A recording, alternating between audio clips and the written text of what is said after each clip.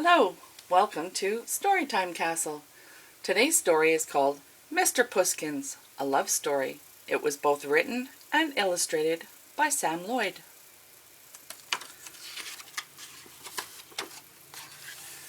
This is a story of a little girl named Emily and her dear cat Mr. Pusskins. Emily adored Mr. Pusskins. Each morning she would invent fun games for Mr. Pusskins to play. In the afternoons, she'd brush his long fur coat and tell him, "Oh, Mr. Pusskins, what a handsome boy you are. I do love you ever so much." And each night Emily would snuggle up in bed and read to Mr. Pusskins a special story. But Mr. Pusskins never listened.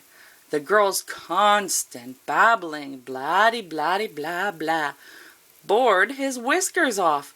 He wanted more than this dull life. So one night he left. He went places he wasn't meant to go and did things he wasn't meant to do, and made friends with the pesky cat gang.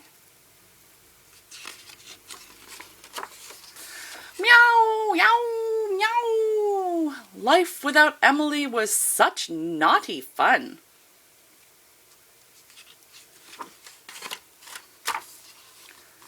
But time passed and things changed. The rain fell and the icy wind blew. The things Mr. Pusskins wasn't supposed to do weren't fun anymore, and his new friends weren't really very nice. How lovely it would be to have someone brush his fur and tell him how much they loved him. He felt all alone. Then, down the gray streets fluttered a totally old poster.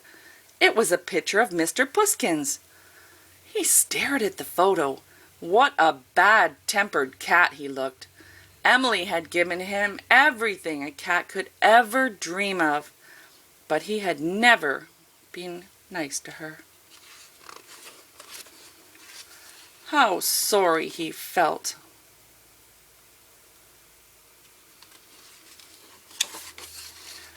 Mr. Pusskins found a phone. He dialed the number from the poster and waited anxiously. Someone answered. "Meow," whispered Mr. Pusskins in a very sad little voice. "Mr. Pusskins, is that you? Oh, thank goodness," said Emily. "Wait there, I'll come and get you." Mr. Pusskins sat patiently. Would Emily find him? Did she really still love him? He waited and waited, but Emily didn't come. Then, from over the mountains, he heard a car. Mr. Pusskins' heart leapt. It was Emily. His dear Emily was coming for him. The car got nearer and nearer, and then broom, sped right past. "Meow," wailed Mr. Pusskins. "Emily doesn't love me anymore." But then the car screeched to a halt and Emily jumped out. "Mr. Pusskins, my beautiful Mr. Pusskins," she cried. "I didn't recognize you." Emily scooped up her dear cat. At last they were together again. This is the end of the story of a little girl called Emily and her dear cat Mr. Pusskins. Mr. Pusskins adores Emily. Every evening he cuddles with her and purrs gently while she reads to him. Now both Emily and Mr. Pusskins realize how lucky they are to have each other. And that's the end of today's story. I hope you'll join us next time at the Storytime Castle.